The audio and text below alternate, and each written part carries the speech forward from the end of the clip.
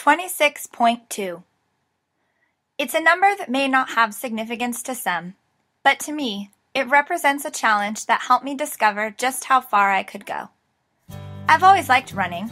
I did cross country in high school and ran some fun runs with friends in college. But in 2010, my dad presented a challenge I'd never considered. Want to run a marathon? A marathon. 26.2 miles. Could I do it? I didn't know, but I was going to find out. The training began. 6 months passed pounding the pavement with my dad.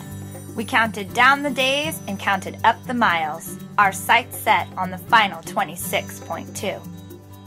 The day of the race dawned cold and clear in Big Sur, California. My heart was pounding as I stood shivering at the starting line. "We can do this," I heard my dad say, and I was filled with confidence. As the sun rose above the vast ocean before us, the starting gun sounded, and we were off. Never have I seen such beautiful views as the sun rising over the coastline. The beauty took my breath away, more than the running, and before I knew it, we had completed 18 miles. At mile 19, the race veered inland, away from the gorgeous views. As the course turned, so did my resolve. I began to feel the fatigue of 3 hours of running. My pace slowed, and my breathing increased.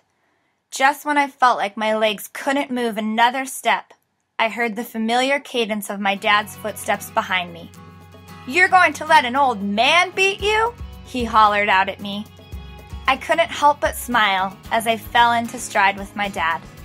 Together we ran the remaining 7 miles. As we neared the finish, I could hear the crowd cheering and picked up the faces of my excited family members. In that moment, I've never been more proud of myself, nor more grateful for my dad, constantly challenging me to be better and cheering me on when I falter. To this day, not only with running, but in all aspects of my life, I try to remember what my dad always said: "You truly never know how far you can go until you try."